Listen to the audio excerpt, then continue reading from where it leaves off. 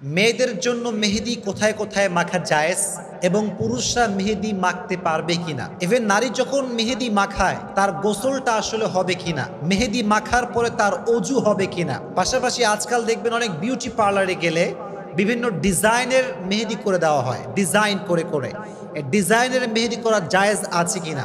পাশাপাশি আমরা এটাও জানবো হায়েজ কিংবা নেফাস অবস্থায় মেহেদি মাখা জায়েজ আছে কিনা।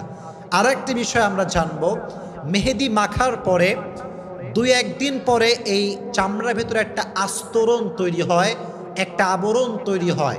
ফলে আমরা এটা প্রশ্ন করি অনেকেই যে এই জিনিসটা থাকার কারণে আমার অজু হবে কিনা কিংবা গোসল হবে কিনা। এটা আমরা হাদিস থেকেই জানবো। ঠিক আছে ইনশাআল্লাহ? জোরে বলেন ইনশাআল্লাহ। নাম্বার 1 প্রশ্ন হচ্ছে মেয়েদের জন্য মেহেদি মাখা জায়েজ আছে কিনা। এটা উত্তর হচ্ছে অবশ্যই জায়েজ আছে। মেয়েরা হাতে পায়ে মেহেদি মাখতে পারবে, কোনো সমস্যা নেই। আম্মা জান আয়েশা রাদিয়াল্লাহু তাআলা আনহা বলেছেন নারীদের জন্য সাজসজ্জার ক্ষেত্রে মেহেদি ইউজ করা জায়েজ, কোনো সমস্যা নেই।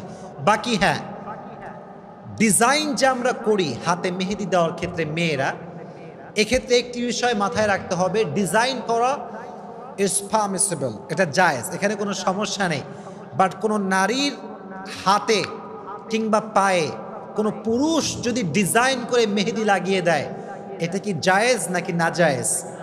না জায়েজ। মনে রাখবেন হাদিসে এসেছে কোনো নারীর কোনো অঙ্গে কিংবা প্রত্যঙ্গে কোনো পুরুষ যদি টাচ করে, গায়ের মাহরাম পুরুষ, তার ওই জায়গাটা জাহান্নামের জন্য অবধারিত হয়ে যায়। নাউজুবিল্লাহ পড়।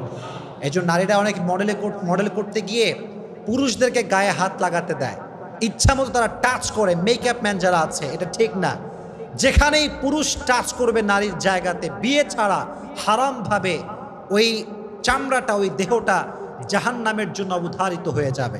এজন্য পুরুষ কখনো নারীকে মেহেদি দিয়ে ডিজাইন করতে পারবে